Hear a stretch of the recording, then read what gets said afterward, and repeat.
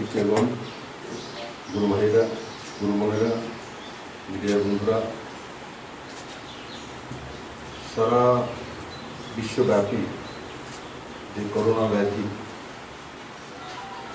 তার সংক্রমণ এবং তার সঙ্গে লড়াই, সেই লড়াইয়ে জেতার জন্য আমরা যে সংকল্প নিয়েছি তার সংকল্পের একটা বিন্দু হিসাবে শ্রী শ্রী বাবাইদা সিদ্ধান্ত করেছেন যে আমরা যেভাবে প্রতি বছর জন্মদিন পালন করতাম সেটা শুধু একটা সিম্বলিক ভাবে করার জন্য আমরা একত্রিত হয়েছি।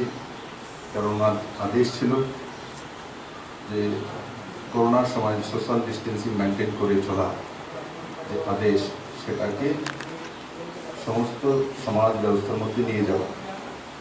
আর তার অঙ্গীকার হিসাবে আমরা শ্রী শ্রী বাবাইদার শুভ জন্মদিবস উপলক্ষে এখানে সোশ্যাল ডিস্টেন্স মেনটেন করে একত্রিত হয়েছি এবং